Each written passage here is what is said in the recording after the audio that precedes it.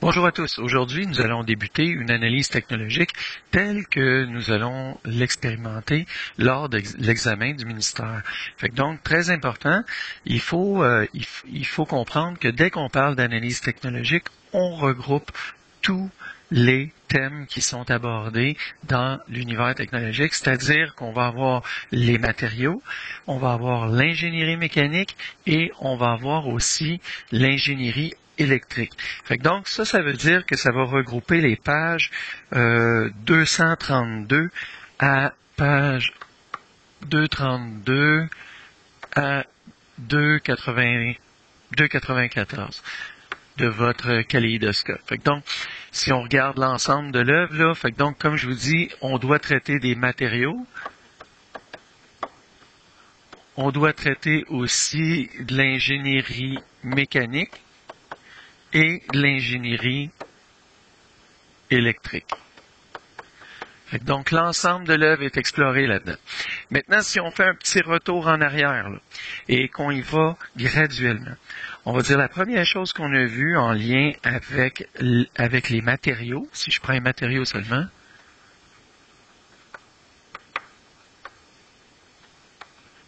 la première chose qu'on a vue, c'était les contraintes. Quelles étaient les différentes contraintes des matériaux? On en avait 5.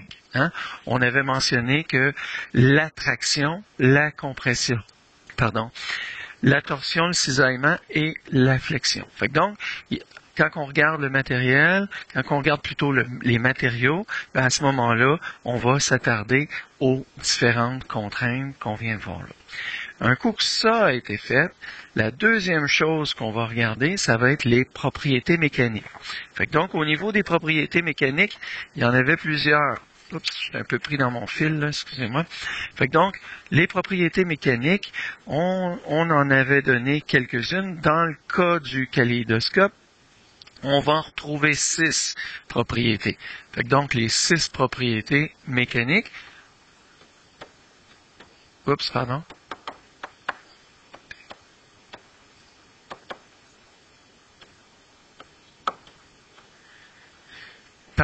Vous avez les 6 propriétés mécaniques et vous allez avoir aussi d'autres propriétés qui vont être d'un autre ordre. Je vais juste vérifier là si vous avez dégradation des matériaux, juste vérifier s'il n'y a pas quelque chose qui se rapporte aussi. Non, on ne le retrouve pas dans votre kaléidoscope, donc je m'excuse, c'est pour du secondaire 3 à ce moment-là. Donc, on va retrouver les 6 propriétés mécaniques. Quelles vont être ces 6 propriétés?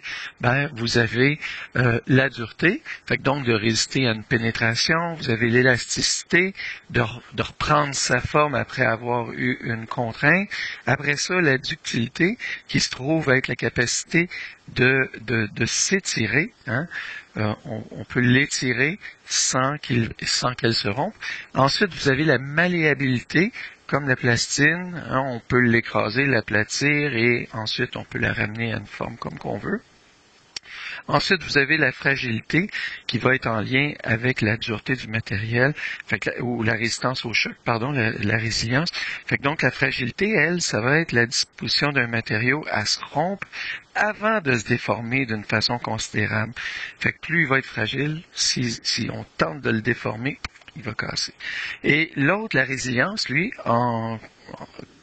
d'un autre point de vue, ça veut dire que la résilience, ça va être sa capacité de résister à un choc. Donc, s'il est frappé, je vous donnais toujours l'exemple de la vaisselle, là, donc, dernier élément qu'on va avoir en lien avec les matériaux.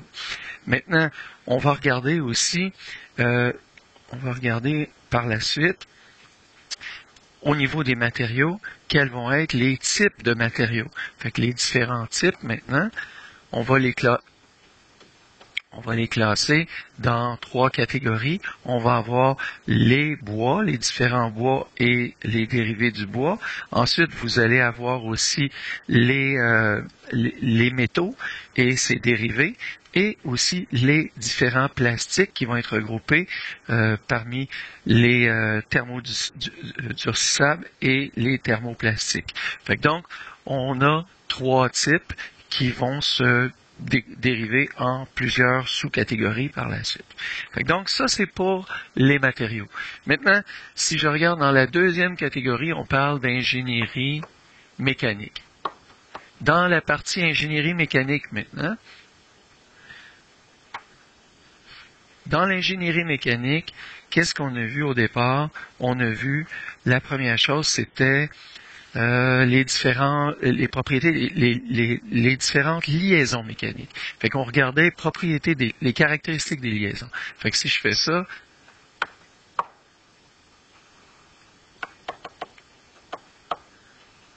les caractéristiques des liaisons, rappelez-vous qu'il y avait 4 caractéristiques des liaisons. En fait, il découlait en fait, il y en a 8 qui sont regroupés par équipe de 2. Fait que donc, une liaison peut être soit directe ou indirecte, elle peut être démontable ou indémontable, elle peut être rigide ou élastique, et finalement, elle peut être complète ou partielle. Fait que donc, caractéristiques des liaisons, il faut être capable d'énoncer les 4 caractéristiques de la liaison dans votre analyse technologique. Ensuite, vous aviez les différentes fonctions de guidage. Fait que donc, fonction de guidage, les différentes fonctions de guidage, on sait qu'on en avait vu 3. Il y en avait 3. Les translations, les rotations et le modèle hélicoïdal aussi. Fait que donc, si je regarde les guidages, je vais avoir un guidage en rotation, guidage en translation et guidage hélicoïdal. Encore une fois, juste pour être sûr que vous ayez bien compris, c'est un guidage en rotation et en translation. C'est-à-dire qu'on effectue un cercle complet et au retour du cercle complet, on ne retourne pas à notre position initiale. Donc, ça veut dire qu'on va arriver plus bas, là. Fait que le modèle hélicoïdal va ressembler à quelque chose dans ce style-là. Si je regarde un écrou, donc, je me trouve à le visser et il agit sous forme d'hélicoïdal, le mouvement hélicoïdal. Fait que donc, fonction de guidage, deuxième élément qu'on se trouve à avoir vu. Ensuite, qu'est-ce qu'on avait? Si je continue un petit peu plus loin, je vais arriver, on avait aussi, en fait, les liaisons, les différentes liaisons. Les liaisons entre les pièces, on va les retrouver dans les caractéristiques des liaisons, mais si on regarde la liaison, généralement, les liaisons peuvent être soit complètes ou partielles. Là, on va avoir des symboles pour identifier les différentes liaisons. Ensuite, les liaisons, dès que je parle de liaison et guidage, je parle de fonctions mécaniques élémentaires.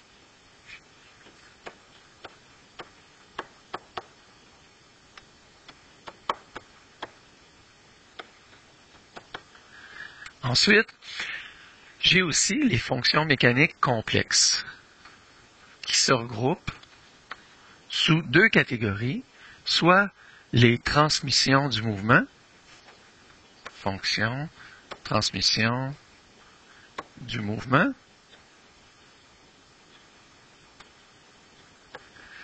ou bien la fonction de transformation.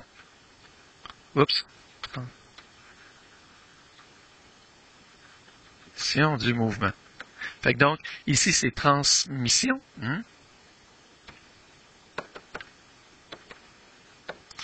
On a notre transmission du mouvement et on a notre transformation du mouvement. Rappelez-vous qu'une transmission du mouvement, ça veut dire que je pars d'un mouvement qui est, mettons, en rotation et je complète avec un mouvement en rotation aussi. Je peux le faire bidirectionnel. Ou bien transmission d'un mouvement que je me trouve à avoir en translation, qui va se terminer aussi en translation. Fait que donc, ça c'est les deux types. Bon, on pourrait avoir l'hélicoïdal en hélicoïdal, mais définitivement, ce que vous allez retrouver, ce sont ces 2 types-là qui vont se retrouver sur différents types de mouvements. Et ces différents types de mouvements-là, vous allez les retrouver dans les systèmes de transmission du mouvement, vous allez en avoir 5 qui se retrouvent aux pages 259, 260 de votre kaléidoscope. Ensuite, vous avez la deuxième partie, on va retrouver les systèmes de transformation du mouvement. Transformation du mouvement, rappelez-vous, c'est que donc je pars d'un mouvement de rotation, je finis en translation, ou vice-versa. Bref, il y a un changement dans le mouvement, on parle d'une transformation du mouvement. Ces différents mouvements-là, vous allez les retrouver à la page 265 et 266 de votre kaléidoscope. Fait que donc ici, on va retrouver tous les différents noms des mouvements. Et rappelez-vous que les modèles sont en classe, vous pouvez les voir à votre droite de la classe. Et finalement, si on regarde ça, on vient de faire le tour de qu'est-ce qui va être à l'analyse technologique en mécanique, mais il y a aussi l'analyse électrique, donc l'ingénierie électrique maintenant. Quand on regarde l'ingénierie électrique, on va regarder, on parle du chapitre 3 de votre univers technologique, et ça débute à la page 275. Fait que donc, la première chose, on va regarder les différentes fonctions. Fait que les différentes fonctions, on se rappelle, on avait vu 5 fonctions. Fait que donc, en fait, il y avait aussi, on va regarder l'ensemble des fonctions là, pour être bien sûr qu'on ait fait le tour. Fait que donc, si je regarde ça, on va avoir la fonction d'alimentation, la première, fonction de conduction, d'isolation et de protection. Ensuite, on va avoir les fonctions de commande, les fonctions de transformation d'énergie. Fait que donc, si on regarde ça, fonction d'alimentation, les différentes fonctions. Fait que qu'est-ce qu'on a? Alimentation. Rappelez-vous que c'est tout ce qui va apporter de l'énergie à partir de l'extérieur du système. Fait que donc, on avait fonction d'alimentation, on avait nos piles, nos batteries, nos génératrices, le secteur de l'Hydro-Québec. Fait que donc, tout ça va faire partie de la fonction d'alimentation. Ensuite, on a la fonction de conduction. Fait que fonction de conduction, qu'est-ce qui va... Fonction de conduction... Elle, ça va être d'assurer le transport des électrons dans la boucle de courant qu'il va y avoir dans le circuit. Fait que donc, généralement, on va avoir les matériaux comme le cuivre, l'or, qui va assurer la fonction de conduction. Ensuite, dans les fonctions d'isolation, maintenant, fonction d'isolation, on pense à tous les non-métaux. Fait que donc, on va penser généralement à les plastiques. Donc, on va retrouver les porcelaines, les céramiques et bref, on a pas mal tout là dans la fonction d'isolation. Ça va nous permettre d'isoler le circuit pour pas qu'il y ait de conduction. Généralement, je vous donnais l'exemple d'une pince qui est recouverte de plastique pour pas qu'on s'électrocute quand on rentre en contact avec un circuit électrique. Et donc, ça, c'est un exemple. Fait que fonction d'isolation, deuxième élément. Fonction de protection, maintenant, on a dit que généralement, en fait, la fonction de protection est pour assurer non pas la protection de l'humain, mais assurer la protection au niveau du circuit. Et pour ce faire, on se trouvait à avoir deux différents types de protection, soit les fusibles, symbole du fusible, ou bien les disjoncteurs, symbole qui ressemble à ça, là. Fait que donc, les deux éléments qui vont assurer la protection du circuit. Puis généralement, comment qu'elle va l'assurer? Ben, elle va l'assurer avec une protection en courant. Fait que donc, un fusible de 2 ampères va limiter le courant dans un circuit à 2 ampères, etc. Disjoncteur de 20 ampères, même principe, il va assurer que le courant passe jusqu'à 20 ampères et par la suite, il trébucherait, là, il tomberait hors circuit. Ensuite, un coup qu'on est passé au travers de ça, on a vu les fonctions de commande. Les fonctions de commande, dites-vous que ça veut dire que quand que je parle d'une fonction de commande, c'est que je commande au circuit de fonctionner, je commande au circuit d'arrêter de fonctionner. Fait que donc, on a les symboles d'interrupteurs qui vont se retrouver là. Fait que ça va être les différents types d'interrupteurs, boutons poussoirs, etc., ici, des petits points là, magnétiques, tous ceux qui étaient au programme finalement vont se retrouver là-dedans. Et ensuite, fonction de commande. La dernière, c'est la fonction de transformation d'énergie. Et quand on parle de fonction de transformation d'énergie, si je regarde là, 1, 2, 3, 4, 5, donc au total, j'ai les 6 fonctions.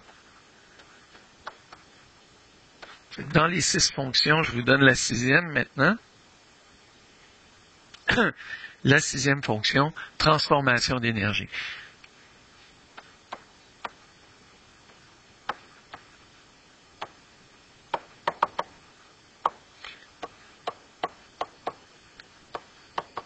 Dans fonction de transformation d'énergie, il faut toujours faire le lien.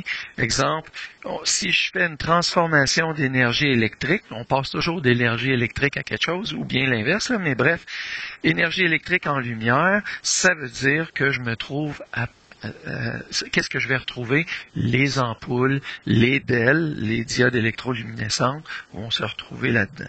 Transformation d'énergie électrique en énergie thermique. Bon, on peut penser aux calorifères. Donc, on peut penser au séchoir à cheveux, aux petits foyers électriques, tout ça, ça se trouve être de la transformation d'énergie électrique en énergie thermique.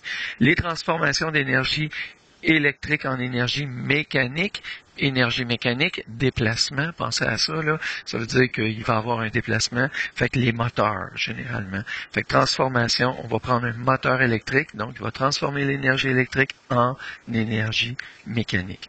Fait que donc ça regroupe pas mal là, tous les thèmes qui peuvent être abordés lors d'une analyse technologique. Fait que donc, il faut se rappeler de ces éléments-là à chaque fois que vous faites une analyse. OK?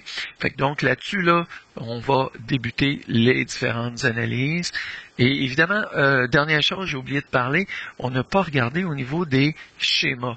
Hein? Quand que vous allez faire une analyse technologique, vous allez retrouver nécessairement des vues éclatées et des nomenclatures de pièces, parce qu'il va falloir que vous faites le repérage des noms et des pièces qui vont vous être mentionnées dans les analyses. Fait que donc, ça, là, c'est un rappel de votre secondaire 3, dans lequel vous aviez les vues éclatées et les nomenclatures de pièces. Fait que donc, très important, retournez là-dedans. Maintenant, on a vu pas mal qu'est-ce qu'il en était au niveau des concepts qui pourraient être évalués lors d'une analyse technologique, mais maintenant, on va regarder aussi la démarche d'analyse technologique. Fait que donc, si on regarde ça maintenant, qu'est-ce qu'on cherche quand on fait une analyse technologique? La première chose, ça va être d'essayer de comprendre à quoi l'objet, comment il fonctionne, c'est sûr, on va chercher à comprendre le fonctionnement de l'objet, mais dans un premier temps, il faut comprendre, c'est pourquoi qu'on a cet objet-là. Fait que cet objet-là, il va répondre à un besoin. Fait que donc, il faut faire toujours le lien avec le besoin. Hein? Le besoin de servir à l'homme, de servir. Fait que donc, à ce moment-là, si on connaît le besoin, on va être capable de mieux comprendre qu'est-ce qui se passe au niveau de son fonctionnement.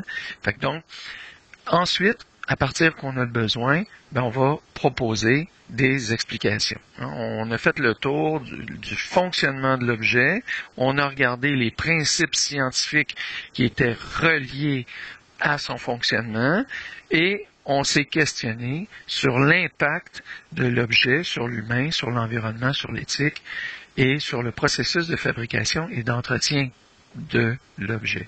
Un coup que tout ça est fait, on peut proposer une explication à son fonctionnement. Je pense que ça fonctionne de même, etc. Je crois, j'imagine, je suppose que.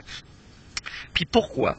Fait qu'un coup qu'on a passé au travers des propositions d'une explication, l'étape suivante, ça va être de planifier et de réaliser la démarche. Donc, je vais observer, manipuler l'objet technologique et je vais rentrer en action, je peux le démonter, etc.